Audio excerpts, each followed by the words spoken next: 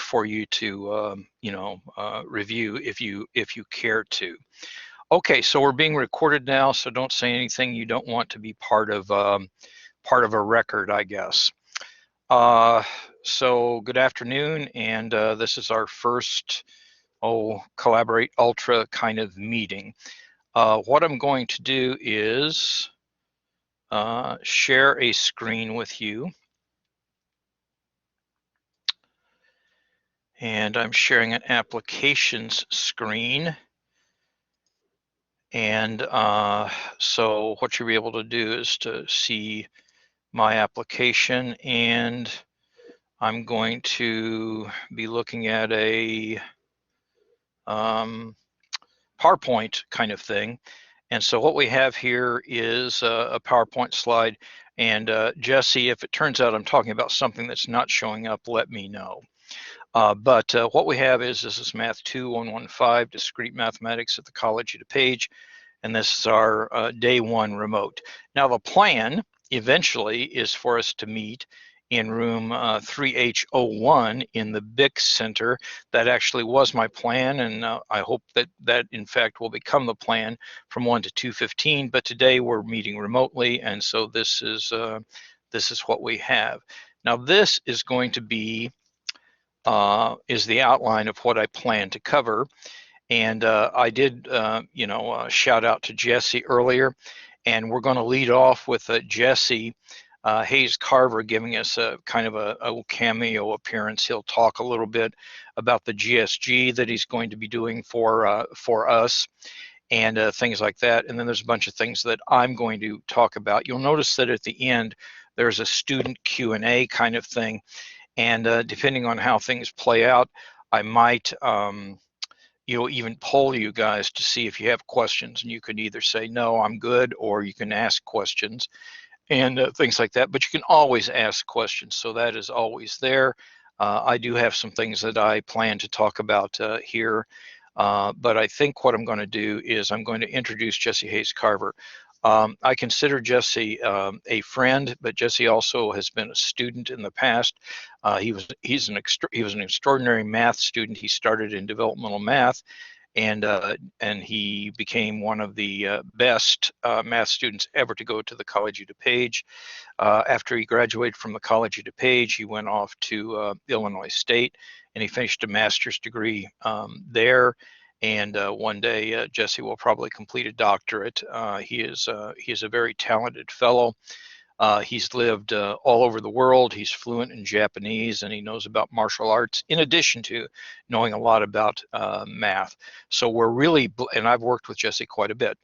And so we're really blessed to have him in this environment. So I'm going to turn it over to Jesse and let him talk for as long as he wants to about things, and then we'll continue with other things. And Jesse, as you know, you're always welcome to stay the entire time, but I also know you're a busy young man, and so if you need to run off and do things, I get that too. So anyway, with no further ado, Jesse Hayes Carver. Thank you for the introduction, Jim. So my name is Jesse Hayes Carver. I am a professional tutor in the Learning Commons, specifically with our tutoring services. I have been a member of tutoring services since fall of 2012. During my time at COD, as Professor Bradley mentioned, I started in developmental math. In fact, it was the geometry course, and our instructor, Jim Bradley, was my instructor for that course. Since then, I've gone through the gambit of almost all of COD's math courses, going through DiffyQ before eventually transferring to Illinois State, where I finished my undergrad in mathematics, and I also did my master's there in mathematics. I've worked with Professor Bradley many times now. Actually, I believe this will be our third or fourth time for this course specifically. And to talk a little bit about the guided study groups, GSG is, we'll abbreviate them. The way that this differs from a number of the other services that tutoring provides, such as appointments, drop-ins, and in-class assistance, ICAs for short, is that I meet with Professor Bradley once a week to discuss where the class is in terms of material and understanding, where are we headed, and I get some insight as to things that may be coming up, such as LSA's low stakes assessments or HSA's high stakes assessments, things such as a midterm or a final. And with that, we're able to have a better sense of the pacing of the class because he gives me an idea where you are. And through our meetings, I give him anonymous feedback as to where the class is, if it might be understanding or not understanding a particular topic. The goal that I have in constructing a guided study group is for it to be a safe space where we can make these mistakes in learning the material, but it's not going to be something that costs some points. We can learn from them in a safe and constructive space as opposed to learning from them on, say, a high stakes assessment. So tentatively, our GSG is scheduled to occur Tuesday and Thursday from 12 to 1 p.m., so right before this course. And I believe it will be in person. I'll have to verify these details with tutoring services. And once I have those locked in, I will send an email through the same channels Professor Bradley does using Blackboard to post an announcement and also have that announcement emailed to you. And once those details are known for certain, I expect no later than Thursday of this week, I can send out that email and we can begin our GSGs next week. Something else I want to mention is that I do have appointments available. I believe a majority of them happen on Wednesdays. Those are scheduled through tutoring services. I'll include some information as to how you would go about doing that in my formal announcement once I know when our GSG is going to be offered. With that, I believe those are all the key points that I want to mention at the current time about GSG. Jim, was there anything that I am neglecting? Well, I am going to give the students an opportunity if they want to ask you any questions, but just as a little preamble before I let them do that, we really are blessed to have Jesse working with us. I couldn't ask for a better partner in this course. He's very experienced, particularly in discrete math. He has submitted papers for publication in academic journals dealing with graph theory, which is one of the topics that we will study in this course. And also, Jesse is known to be an energetic and very effective, I'll say, tutor.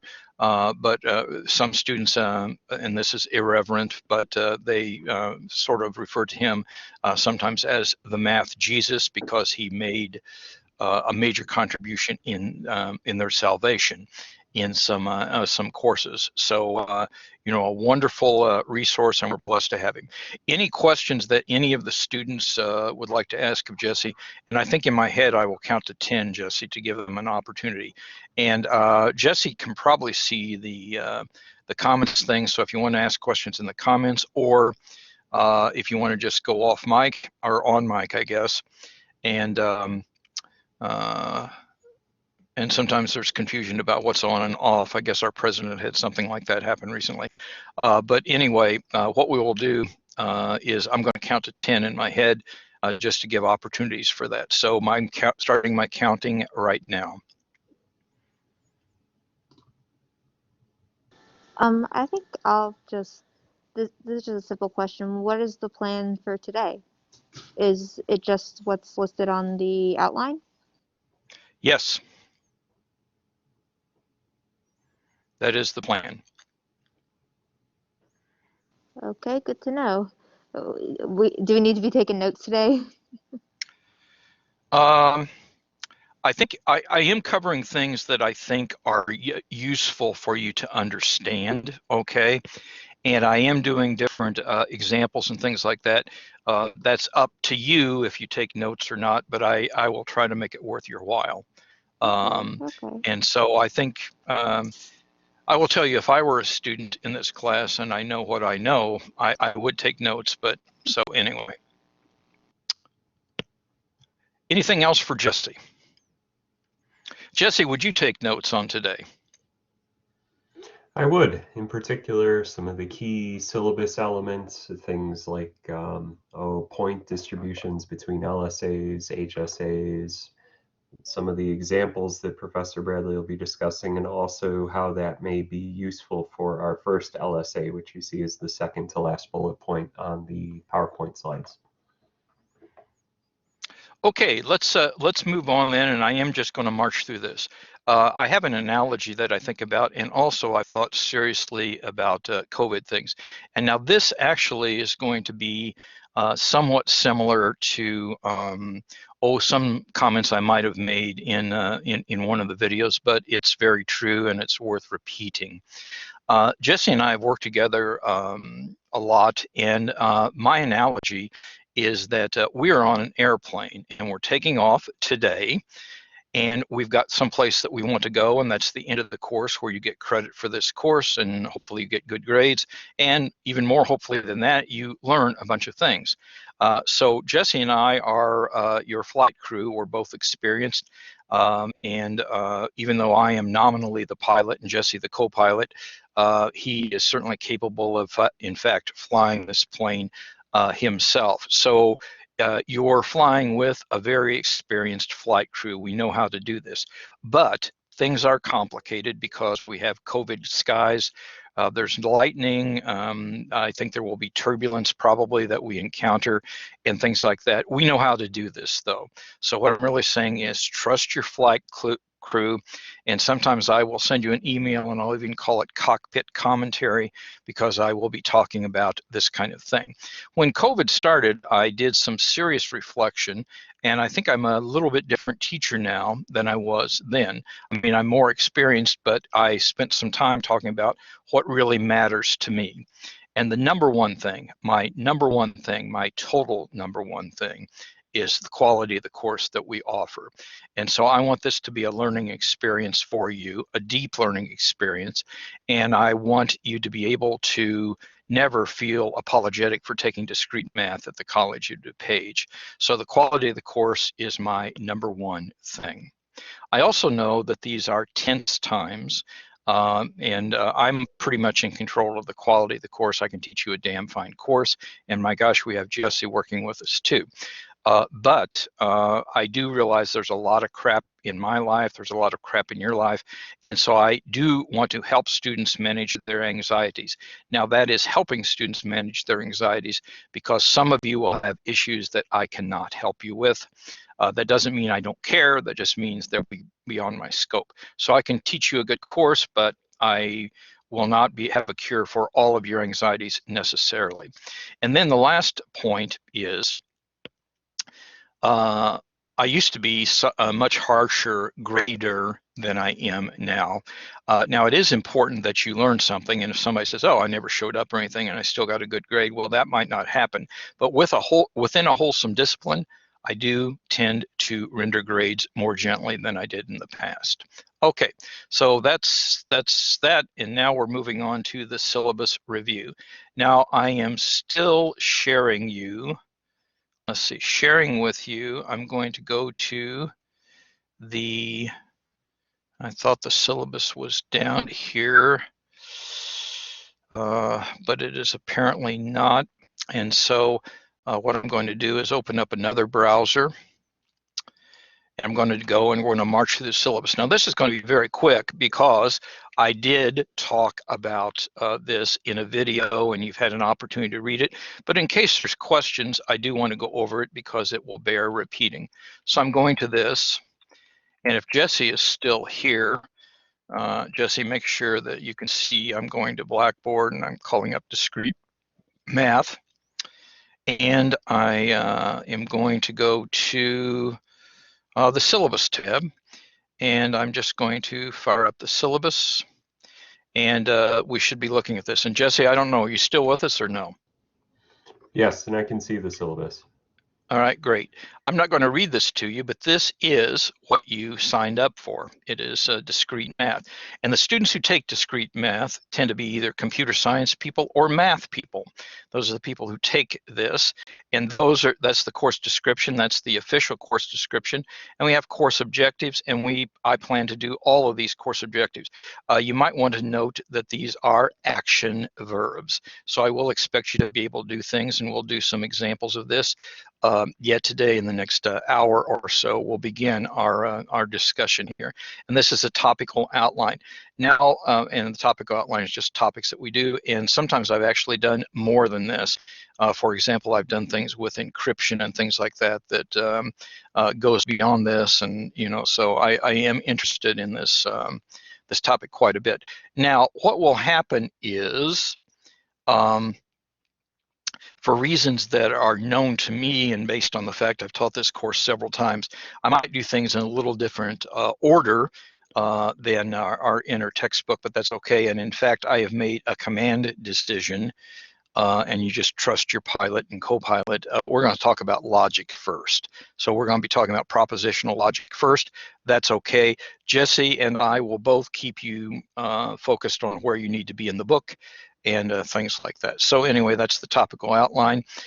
This is my picture. I look more or less like this now, except I guess it is less rather than more.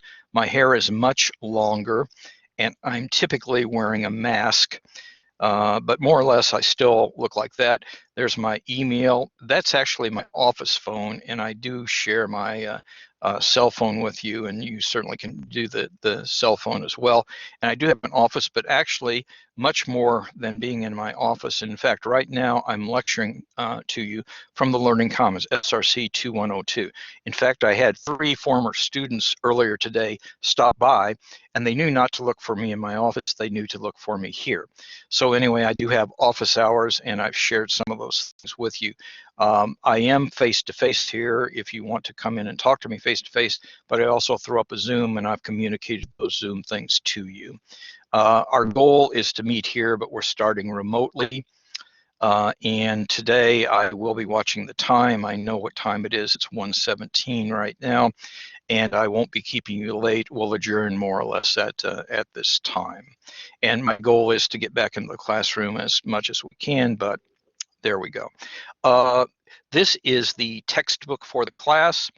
It is called Discrete Mathematics by Johnsonbaum, and let's see, it's the 8th edition. And so this is a book of record. And so if you're buying a book, you do this. These things are available in the Learning Commons for you to look at free of charge. And some students buy the book, others don't. But I would encourage you to buy the book. But there's many different ways you can do that. And in fact, this $55 thing probably means you're renting it. Okay, we will have a midterm and a final. Jesse talked about those. Those are high stakes assessment. And some things is those will be administered and proctored in the testing center. Now, what that means is I will tell you, and don't hold me to this, but it will be something like I will say, okay, and I will announce this to you all, but I'll say something like on Wednesday. Did I start recording this, Jesse? I didn't, did I?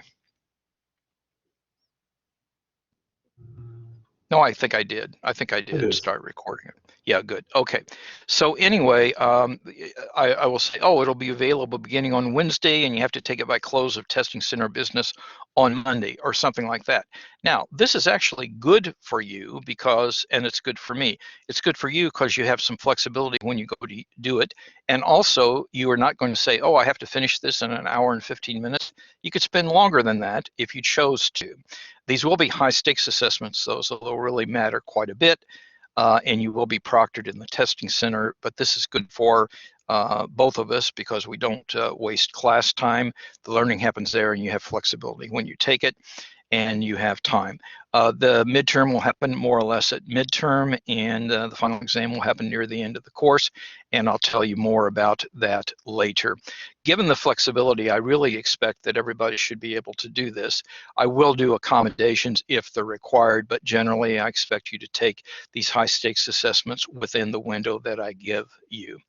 I'm not taking attendance. I think I work very hard to make it worth your while to attend these lectures, but I'm not taking attendance, and attendance will not contribute to your grade. You are going to be proctored, and I will expect you to be honest there. Sometimes this is an issue, so I'm going to ask you to understand that I do expect honesty. This is the grading thing, and 2 general remarks about grading. The first is, and I really believe this, at the end of the course, I'm going to reflect on the course, and I will really think about 2 things to figure out if I think it was a successful course or not. I will say, did I teach the best course that I possibly could? And did the students learn? So that's the general, and in fact, when you look back on this course later in life, what really will matter is what you learned in the course, not the grade you get. I also advise students, and this is really true, particularly in my class, if you focus on learning the material, the grades will take care of themselves. A lot of students, I think, say that, and maybe this is some bad experiences that they had, that, oh, gee, I have to argue for every point I get and things like that. That's not exactly the way it's going to be here. So my strong advice to you is focus on learning the material, and the grades will care for themselves. However, having said that, I do have to give you grades. That's the way the game is played. And so we will have 3 major components to your grade. We will have the high stakes assessment. The midterm will count for at least 1/3 of your grade. And the final exam will count for, comprehensive final exam will count for at least 1/3 of your grade. So these are important. Jesse Hayes Carver will know what's on it, and he and I are both committed to not throwing you curveballs, but also we're not going to throw you underhand tosses either. And so, prepare well for these within our guidance, and you should do well.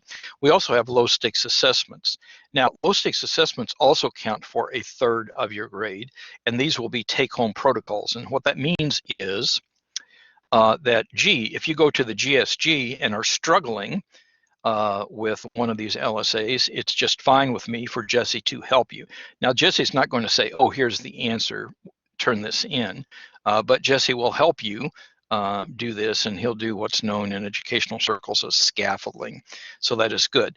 And it's okay if you talk to somebody who is really good in this class, aside from Jesse Hayes Carver, and you say, oh, yeah, we've got somebody else can help you. That's okay too. You can help one another on low stakes assessment. But again, the work should be your own because it's about learning. And I'll say more about this later, but this is normalized to 100 points. And if you add 100, 100, and 100, that's 300. And here's a grading scale. And so I have that. It is true that rarely, it doesn't happen very often that everybody earn A's, but actually I have had that happen in a serious math course. So it is possible, but there's a grading scale.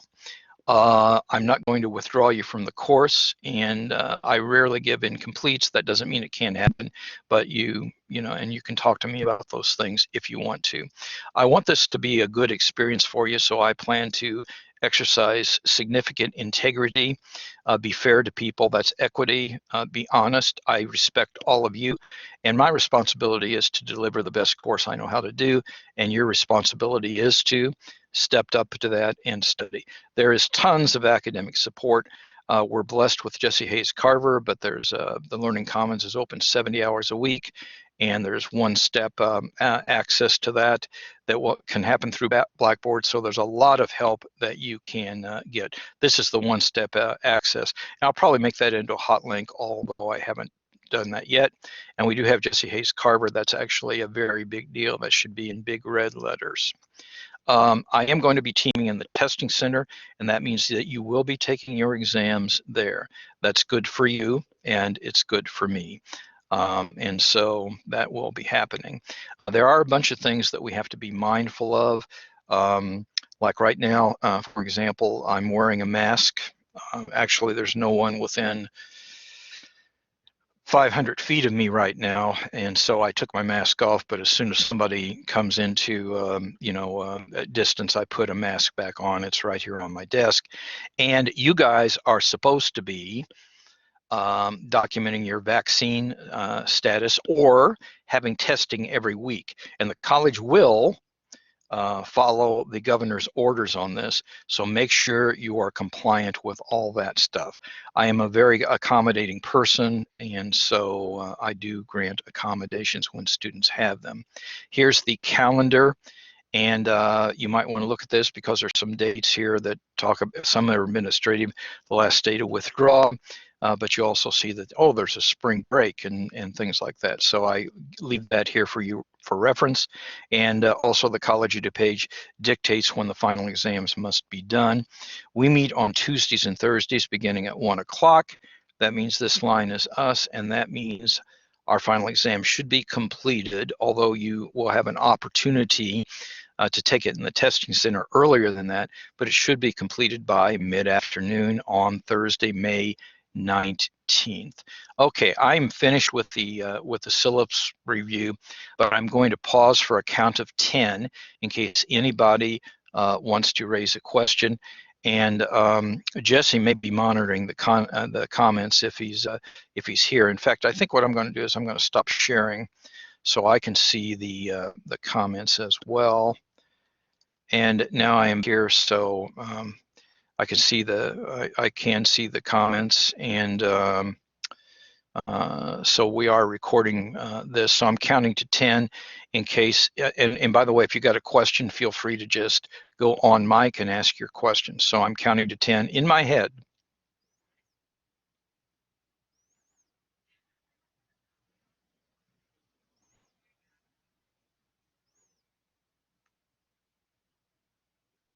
Okay, I counted slowly in my head. I actually can count much faster than that, but that's really enough. And no one asked any questions. Again, you can always ask the questions, but that means you understand all that, or at least that's what I'm taking that to mean. Okay, so I am going to then share my screen again because we're going to talk about some other things.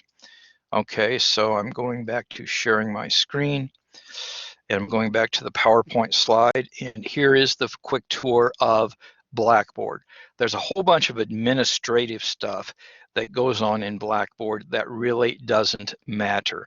I do know what I have to do to render grades, and I do know what I have to do here, but for the most part, you don't have to worry about these. But I am making your LSA due on February 7th because I have to tell the college that you're engaged in this course. And engaged doesn't mean just that you showed up once, it means you did something. So I am going to be looking for you to upload that LSA 1, and here's where you upload it. It's the very bottom thing in the syllabus, PDF uploads. So that's where you're going to upload it. Now, where I'm going to put it, it's not there now. I will talk about it here, but I will be posting that in your syllabus tab. For the most part, what I do is I put anything I want you to study or print out or work on, I put it in the syllabus tab. The announcements, Jesse mentioned this, but I communicate with you a lot on announcements. Like earlier today, I told you about a whole bunch of videos that I would like for you to watch, and that's good. That's talking about the logic portion of the course. And whenever I put an announcement there, I invariably email it to you as well. And that means if you say, wow, I know Jim sent me an email about that, but I've lost the email. Well, you can look in the announcements, because if you read the announcements backwards, what happens is that's basically a course journal of everything that we got. Now that's useful because you might say, yeah, I'd really like to watch some of those videos again in preparation for the test. Well, you can do that. Okay, so anyway, the announcements are a big deal. The syllabus, I've talked about that.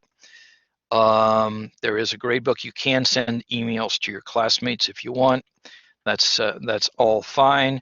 Collaborate Ultra, we're using that now. I'm using Zoom for my office hours. Notes is my private area. If I have an idea, I might put some rough ideas in there. I might have a draft of a test or something like that, but that's an area that you're not going to be able to look at, but I just put it there because I said, where did I put that discrete math draft test? This is where it will be for me.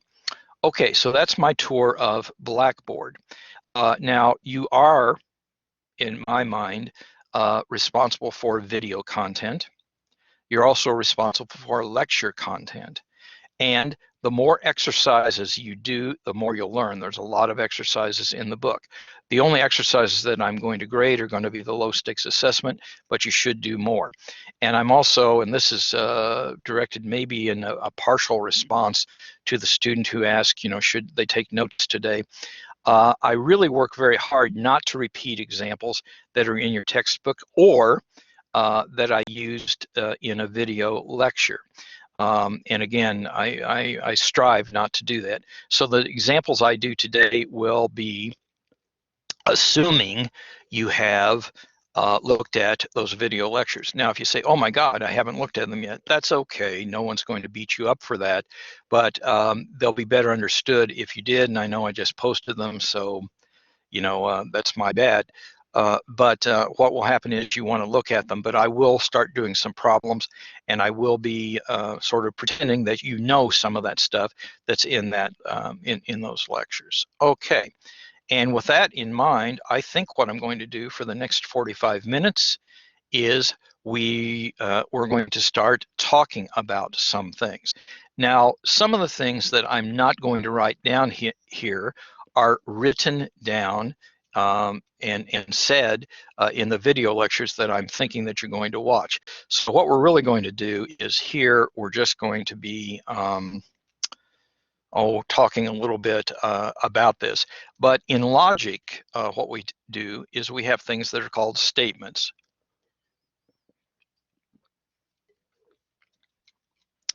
And a statement is something that is, first of all, it's a declarative assertion, and it's either true or false. So for example, I could say something, if I saw you in the hall, I might say something, actually I probably wouldn't do this, but I've seen students do this, that students will see each other in the hall and say, hey dude, or something like that.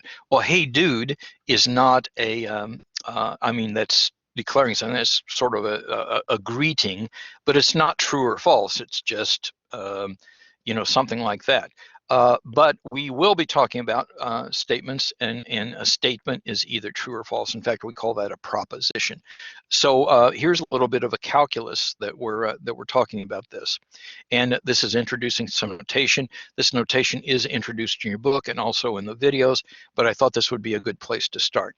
Okay, so we let P be the statement. It is cold. Now, by the way, this does mean that cold has to have some kind of a meaning. For example, I did not start wearing a jacket until mid-December this year because I didn't think it was that cold, and I normally park near the College DePage door, so I can run in without wearing a coat. But I'm wearing a coat now. But I'm not. Some people say, well, yeah, but cold. Some people think it's cold and some won't. We're saying that it is cold. Either it's cold or it's not, and that would have to be defined in terms of temperature, but we're saying that as a statement. And here's another statement: it is raining. Now, some people, if it's a mist, you say, oh, is that really rain or something? I'm letting these both be statements, okay? So either it's cold or it's not cold. Either it's raining or it's not raining. But then we're asked to give a simple verbal sentence which describes each of the following. Now, I am introducing notation here, and this is notation that in fact is consistent with your book, and so you want to know it. Okay, so part A, and that little angle bar thing means not P. Okay, so it is cold, and so we wanted to say not P, that means it is not cold. That really just means not. So it's not cold, that means it is not cold. B, it says P, and that little upside down V is called conjunction, and it means and it is A-N-D. And we'll look at a truth table of this in a bit, but that is and so P and Q, I will translate that into, let's see, B. It is cold and raining, or I could say it is cold and it is raining. Okay, so that is what P and Q would mean.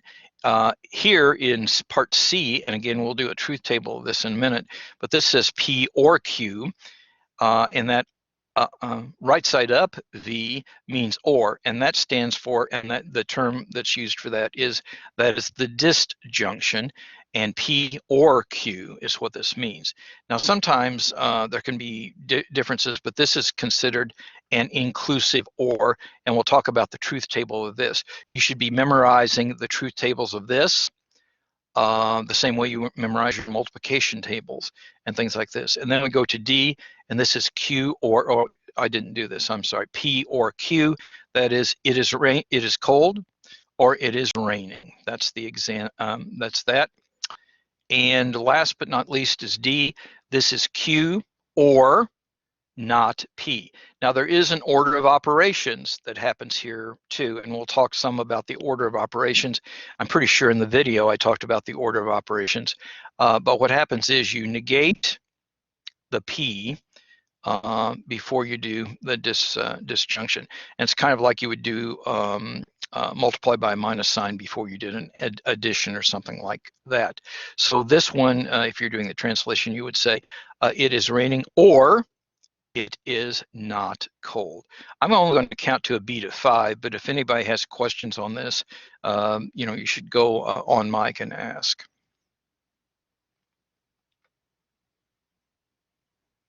Okay, that is good. Okay, so now we're going to go, and I am going to talk about basic truth tables. And I'm going to talk about the basic truth tables for a conjunction and, for a disjunction or.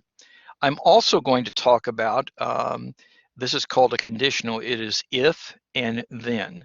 And if and then is a very important thing in mathematics and in computer science. You have if statements in your computer science. So this is the truth table for if and then. I'm going to talk about the truth table for not. And these are some basic truth tables. Again, you really want to have these really committed to memory. And I am going to use Excel to do these truth tables.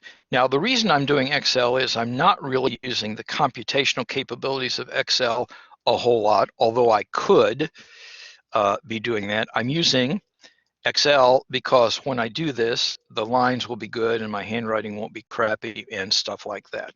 Okay, so I'm just going to make some truth tables for these things. And so what I'm going to do is I'm going to start with, this is going to be where the statement P is. This is where the statement Q is. And then what I'm going to do is, and I'm going to just type not P. And I could use that symbol, and I know how to do that symbol, but I'm not going to waste your time doing that. That's the not P, but that is the angle kind of symbol. And then here I'm going to do P or Q, and I also could make that fancy symbol here, but I'm not going to do that. I'm just going to use a capital V, and this is P or Q. And then I'm going to do a P and Q, P and Q.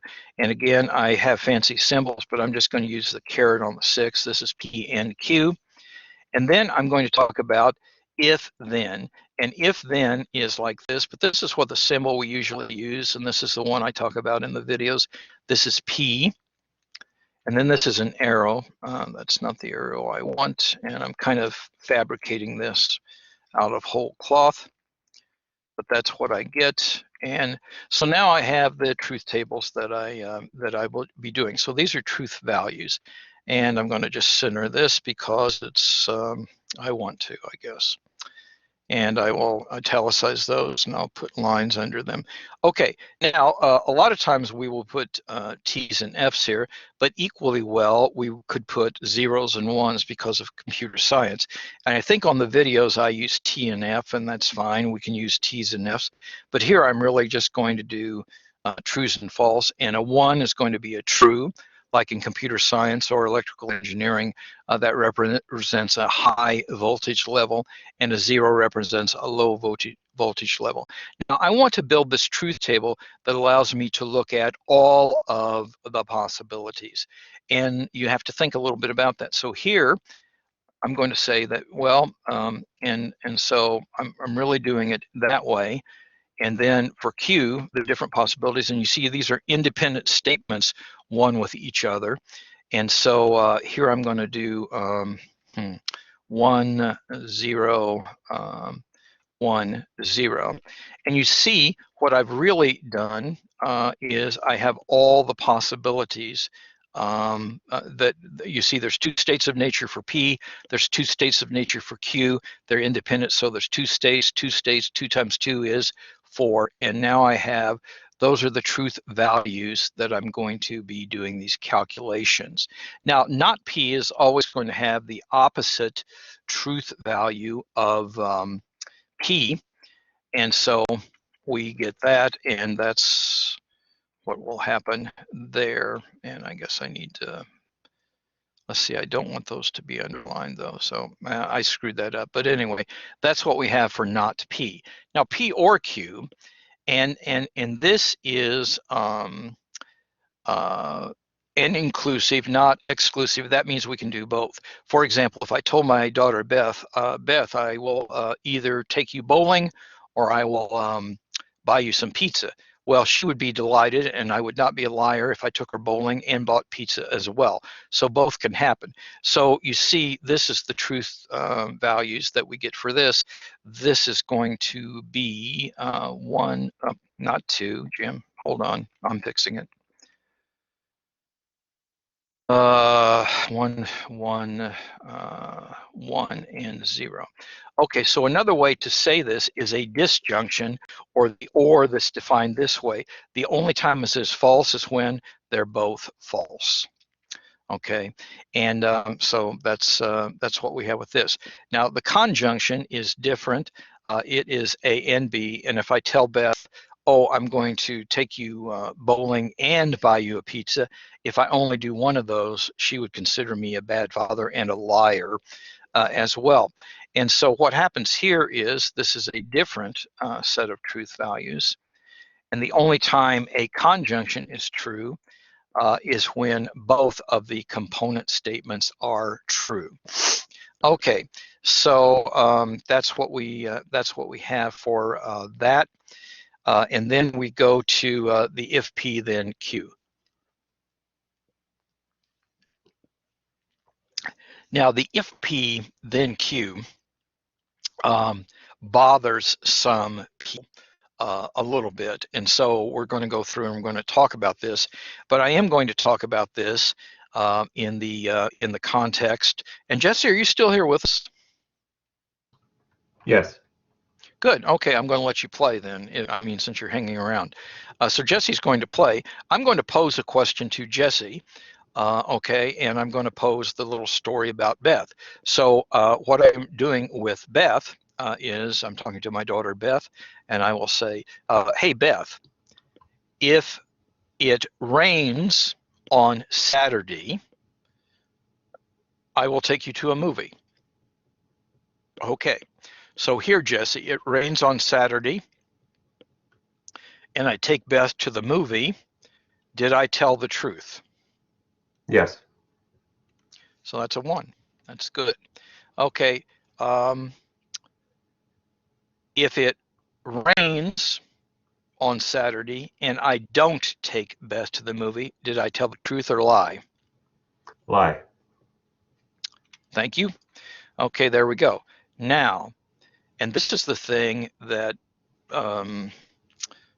this is where students sometimes struggle. And so Jesse will do this one.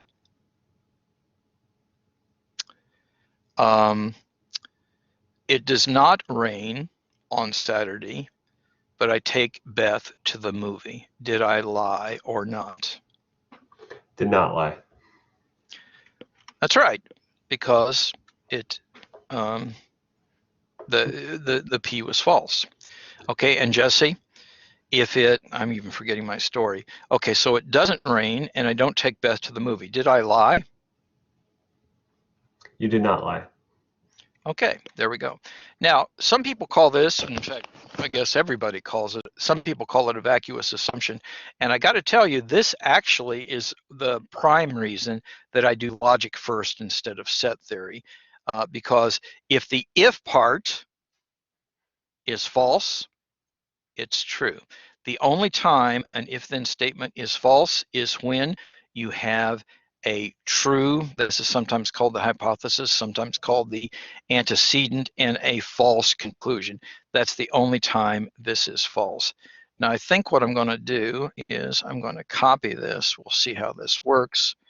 And I'm going to go back to my thing, and I'm going to just try to paste that. And then if I end up saving this, which I might do and I might not, I don't know, we'll see. Oops, there we go. Okay, so those are the truth tables. Now I'm going to pause for a beat of 5. You can ask questions anytime you have them. but I'm pausing for a beat of 5 in case people have it. And I think I'm going to stop sharing just in case somebody threw up a comment. I don't know if anybody did or not. There is 2 comments. Why are there 4 table elements versus just 2 for the first 3 columns? Okay, Matthew, I'm going to answer that. And I hope, and by the way, if I don't answer your question, it's not because I don't want to, it's because I didn't know how to. And it doesn't mean I don't understand the math, I do, but maybe I'm not understanding the question.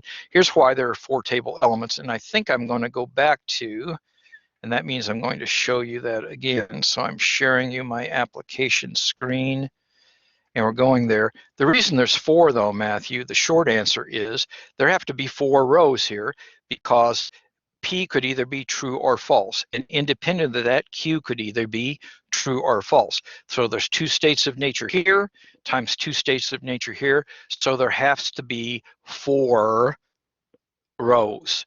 This first row represents 1, 1, 1, 0, 0, 1, and 0, 0. And Matthew, I hope I answered your question. If I didn't, please, let me know. And I'm not hearing from him again, so I'm thinking maybe I answered that question. I hope so. And I did hear a little noise there, so I'm stopping sharing, and I'm going to go back and check and see if maybe there was a comment or something. So it was just listing the states for both P and Q. Yes, that is true.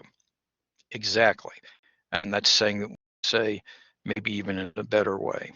Okay, so I think he is all right for now. All right, and so make sure you can always ask questions. But and usually when someone asks a question, I start the count again. Okay, so I counted to 5 Mississippi. So now I'm going to be sharing my thing again, and we're just going to go on and we're going to do another kind of problem. Okay, so that was the basic truth tables. Now we go here. Now here is a problem, and the whole problem is worked out here, but I'm going to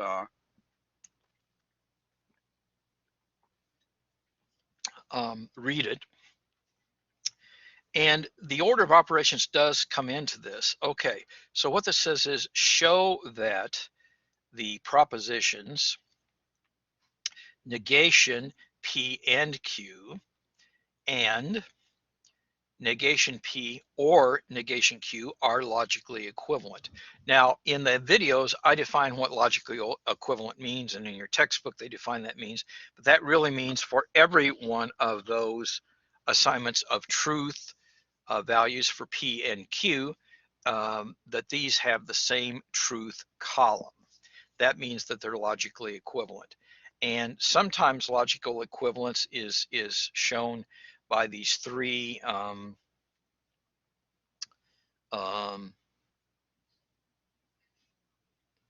parallel lines, I guess, and sometimes it is shown with an arrow with a double-ended arrow. One end of the arrow is pointing at the left-hand side, the other end of the arrow is pointing at the right-hand side, and there's points on both ends of the arrows. And sometimes people say that this is if and only if. Now this actually is a proof. We are going to be doing proofs in this course, and a truth table is a proof. It is an exhaustive proof. So we're going to show that this is true, and there's actually a name for this. And just to let Jesse, be engaged a little bit, Jesse, what would you call this law? This would be De Morgan's law. Yes, this is called De Morgan's law, and that would be capitalized because De Morgan actually is a name. I think his name was Augustus De Morgan, but anyway, he was quite a mathematician once upon a time, and this is called De Morgan's law. And so this is a proof of this element of De Morgan's law. Now, and if you think about this for a while, you say, wow, this is a little bit like what happens in math when I distribute a minus sign across something. you know, I get the negatives, but it changes the sign of what's in the middle. And actually, maybe that's not a perfect analogy, but it's kind of like a distributive property. Okay, so that's what we have going on. So let's go through the proof. Now, this is a proof where we're really looking at an exhaustive situation. We are looking at where all of these, we're actually looking at every possible case. So actually, we need both of these. Now, we really didn't have to have this be two separate truth tables, but that's what we have. And I guess, well, I'm really thinking, can I go back? I think I'm actually going to create these, okay? And I'm going back because I am sharing. So I'm going back to our thing that we had before, and you should be seeing XL now. And so, so we're looking at this. Now I have not P, but I don't have not Q. So I'm going to add not Q here as an element. And this, of course, would have to be filled out with, let's see, 0. Wait, that didn't work the way I wanted it to. Hold on. Okay, so that is 0. There we go. 1, 0, 1. Okay, so I've got that. And now what I'm going to do is this one is going to be not P or, and I'm doing or this way, or not Q. Now I need to straighten this out a little bit because that, there we go. I have that. Now you see you do the knots first, but this is actually going to be looking at that yellow column, and not P was this yellow column. And so I'm looking at the yellow columns and I'm just doing that calculation. Now an or, I probably should have put a space there. An or is going to say, well, I'm looking, and the only time the or is going to be false is when they're both false. So when I look at this, I'm going to see that this is going to be, it's going to be false there, but everywhere else it's going to be true. So that's what I get. Now I'm going to lose these colors because I don't need the colors, but I just was trying to illustrate that. I actually like using Excel for this because I have colors and stuff. And that ended up being red. And I really don't care if it's red or not, so I will make that, better make that black, I guess. And then here I'm going to lose the yellow. Now make that white again. Okay, so I have that, but that is what not P or not Q is. But then what we're going to say is that this is not, then I have a parentheses, and this is P and Q. And there's how I'm doing P and Q with this kind of a thing. And so that's what we got. Well, I already calculated P and Q. It was here. So it was 1, 0, 0, 0. So this is going to be a 0, and this is going to be 1, 1, and 1. Okay, now you see I've really finished the proof now because these two are logically equivalent, because for each of these truth values that I have, these are identical. Okay, so that's the proof and we're good with that. And I guess I'm going to count to 5 in case people have questions on that. Okay, no one asked questions. That's good. And now we'll go to this one. And this one is a little bit of terminology here. Okay. And again, these are words that you're supposed to know. I introduced them in the videos. Your book talks about them and things like that. But these are based on the conditional proposition. So this is if P, then Q. So that's what we have going on here. So you see, when we talk about the converse, we're saying, well, what is the converse of the conditional? We'll talk about a thing called the inverse, and we'll say, what is the inverse of the conditional? And we also talk about a fancy thing called the contrapositive of the conditional. But these words only have meaning when we're talking about a specific conditional proposition. And so that's what we have. Now, so if we have if P, then Q, the converse is Q implies P. Now, by the way, what we're going to see is that P implies Q does not have the same truth value as Q implies P. But I will tell you that often scientists will use this as justification. Now, it doesn't mean the scientists are stupid, but it does talk about the difference between science and mathematics. For example, and I'm just making something up here, but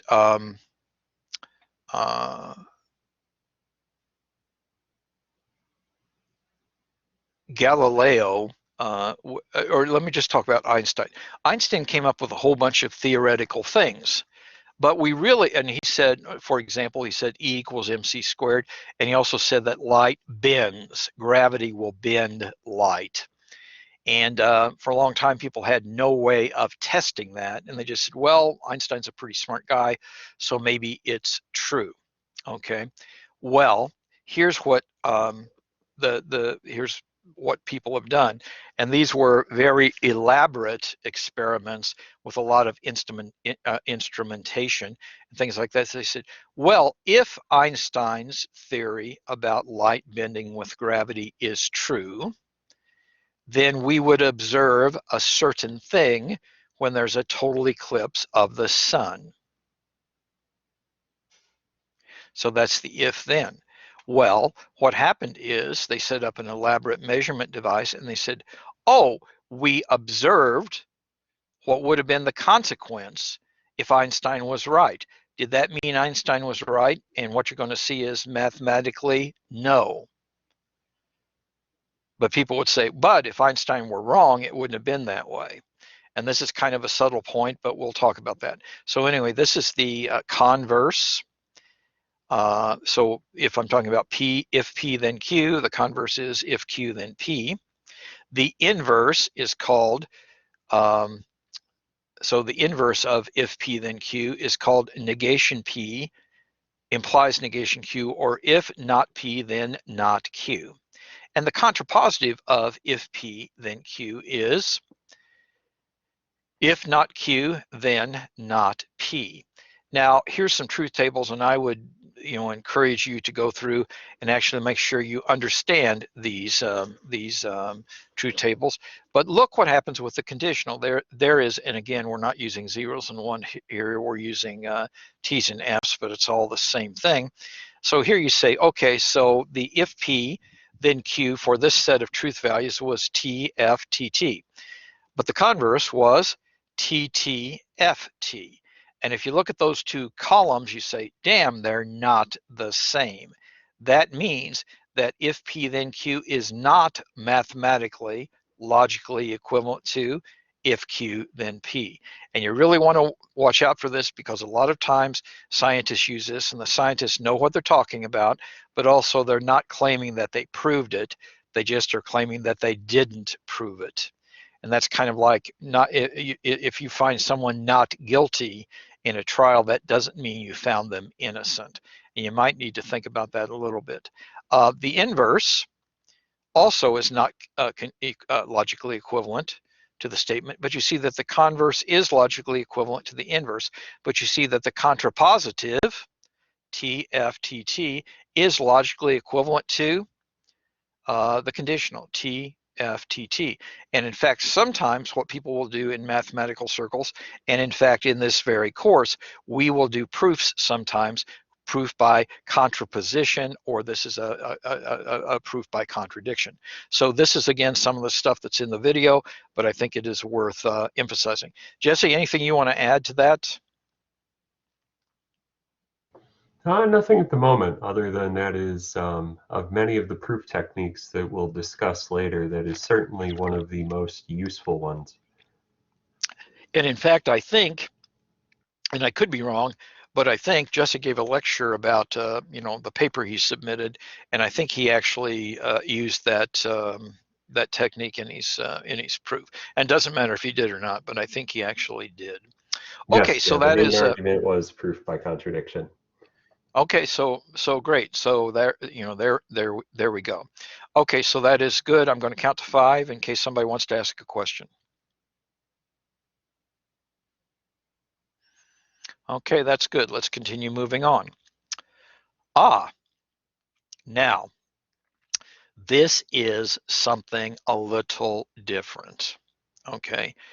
We want to prove that this argument is valid.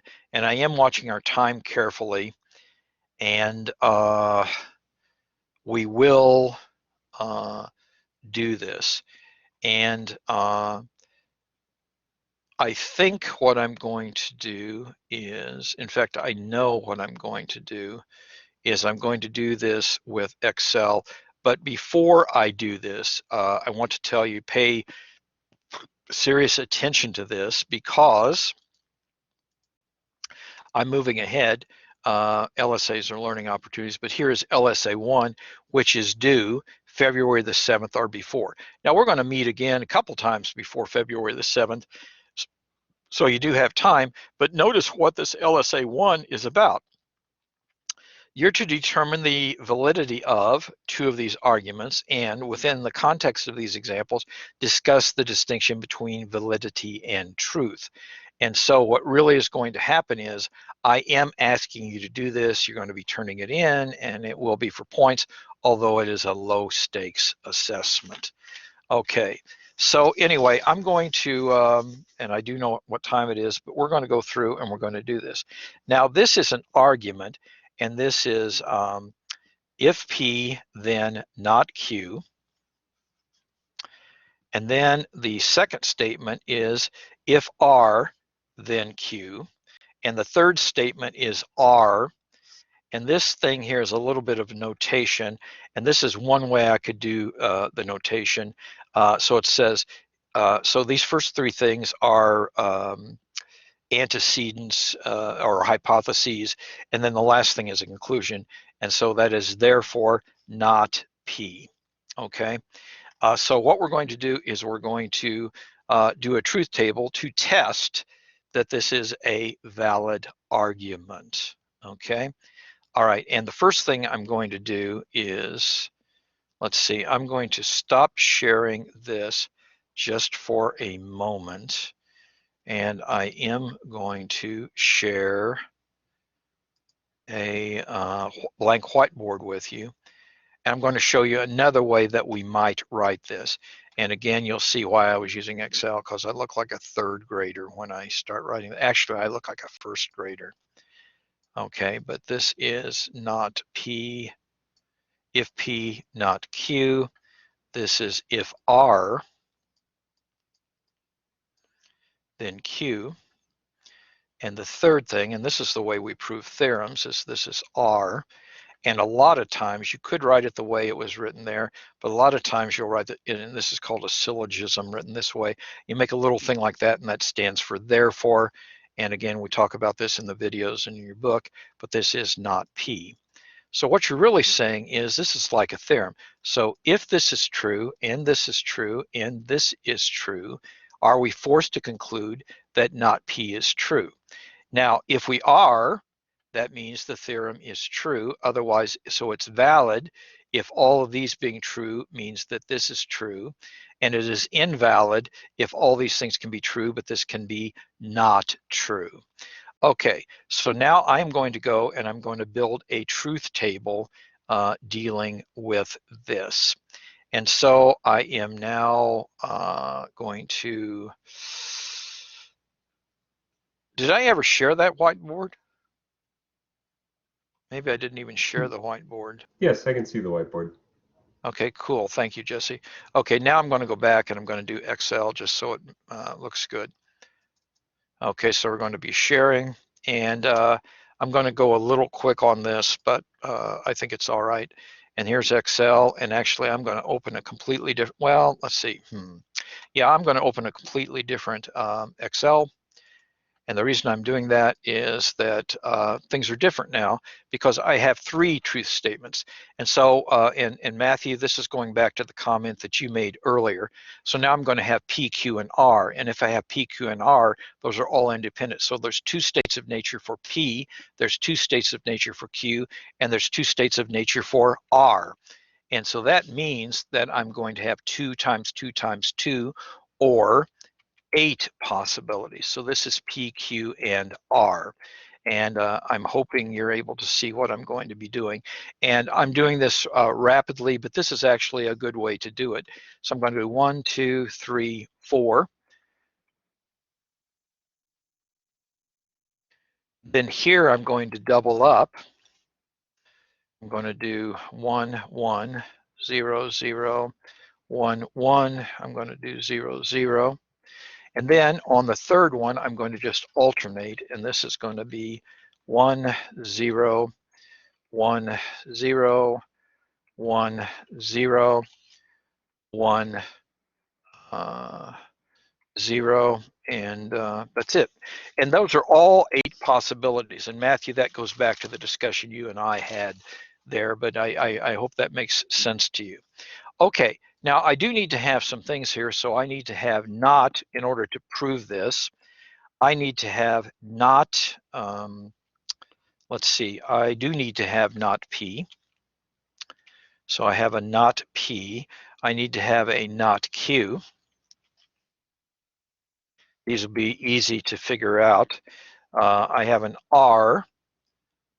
And wow, I think that, oh, and then I need to have a P, if P. Okay, so P, come on, Jim, P.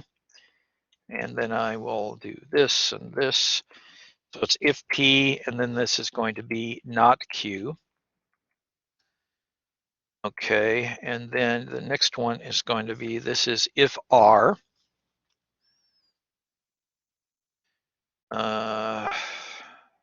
That one, come on. It is so much better in a classroom doing this. So we go there, and let's see, this was going to be Q.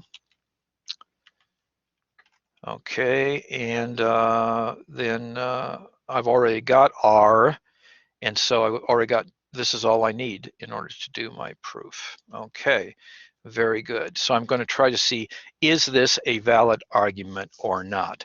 Now here, this is easy. This is just going to be 0, 0, 0, 0, 1, 1, 1, 1. And this is going to be,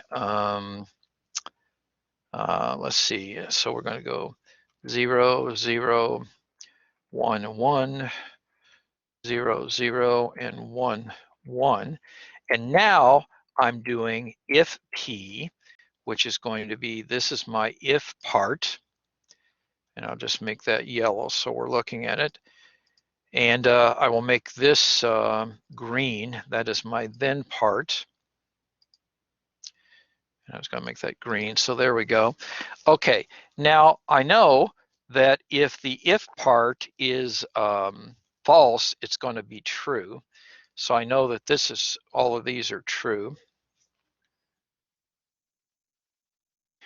And up here, the only time it's going to be false is, that's going to be false, and that's going to be false.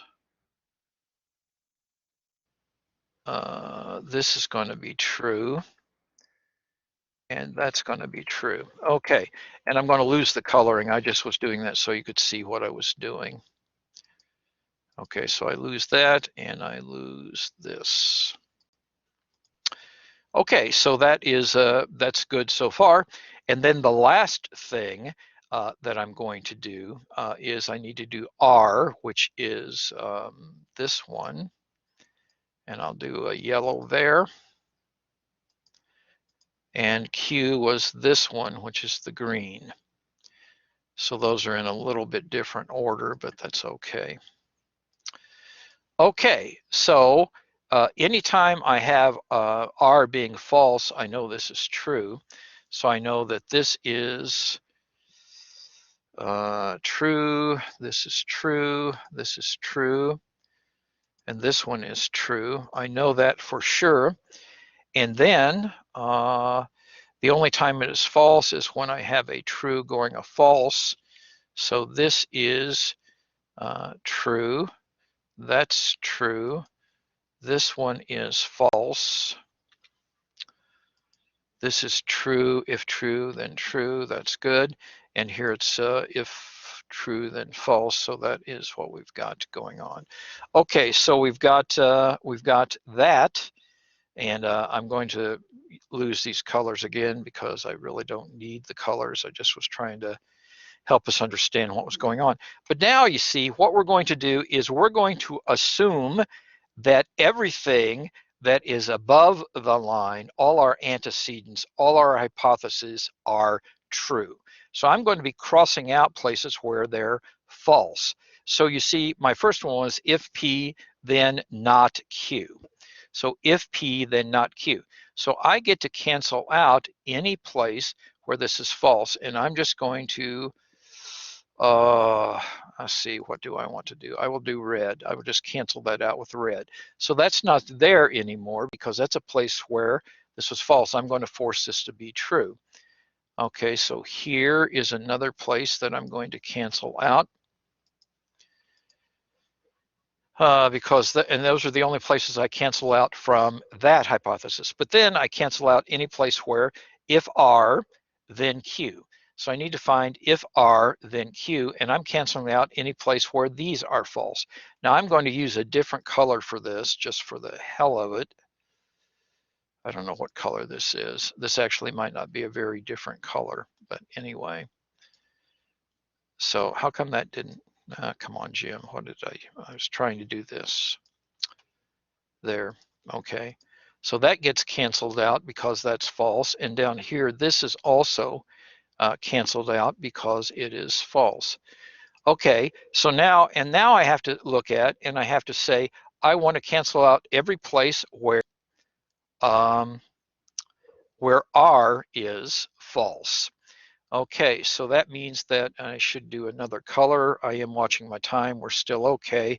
I'm going to use yellow for this, and so R is false here, so I'm canceling that out. You don't have to use colors, it doesn't matter. That's when R is false, and R is also false down here. So R is also false there. Okay, now those were the three things I had above the line. Those are my antecedents. But now am I forced to say that not P is true? And if I look in the not P column and look at what's left is I am forced to say that it's 1 in the only remaining cases. So that that should be, wait, oh, I think I know what Jesse was saying. I don't have this lined up well. There we go. No, I guess I'm still lined up okay. Let me pause. I've got about 2 minutes left. I'm going to stop sharing. I think someone had some comments or questions about what we were doing. Let's see. I need to go back to this, and maybe we have comments, maybe we don't. Let's see. So someone said one more is, tell you what I'm going to do. Well, okay, let me read the comments and I'll deal with them as I can. Can we use 1s and 0s instead of T's and F's? I don't care, that's fine. Cecil said I screwed up, that happens. And so, maybe I didn't do that right. And yeah, and then Omar was helping us do that. Tell you what, I'll pick up with that, or maybe I'll just leave that. That can be something that you guys can work on. But that's the kind of problem that we're doing, and I talked about that. So I'm going to share with you. We're almost done for the day because I am watching the time. Oh, prove it's valid. But so anyway, you're forced to show that not P is there. Okay, so that was, I guess that was good. The LSAs are learning opportunities, take-home protocols apply, and they should help your grade. This is the first one you're going to do. and I was going to do student Q&A. I guess we had some of that. So I'm really, time is up. So now more than ever, time is precious. Each day must count. Do the math, it'll make you strong. And now more than ever, take care of yourself, because self-care is important, and of each other. And the reason for that is because we're all in this together. Okay, so I'll be sending you videos and stuff like that. You'll be hearing from Jesse confirming things, and I think we're good. So everyone take care. I think we're off to a good start. More or less, we accomplished what I wanted to today. Okay, so I'll be closing this up, and I will be shutting down the record, and I will post the record if you want to look at this again. Okay, so goodbye, everyone, and thank you. Okay.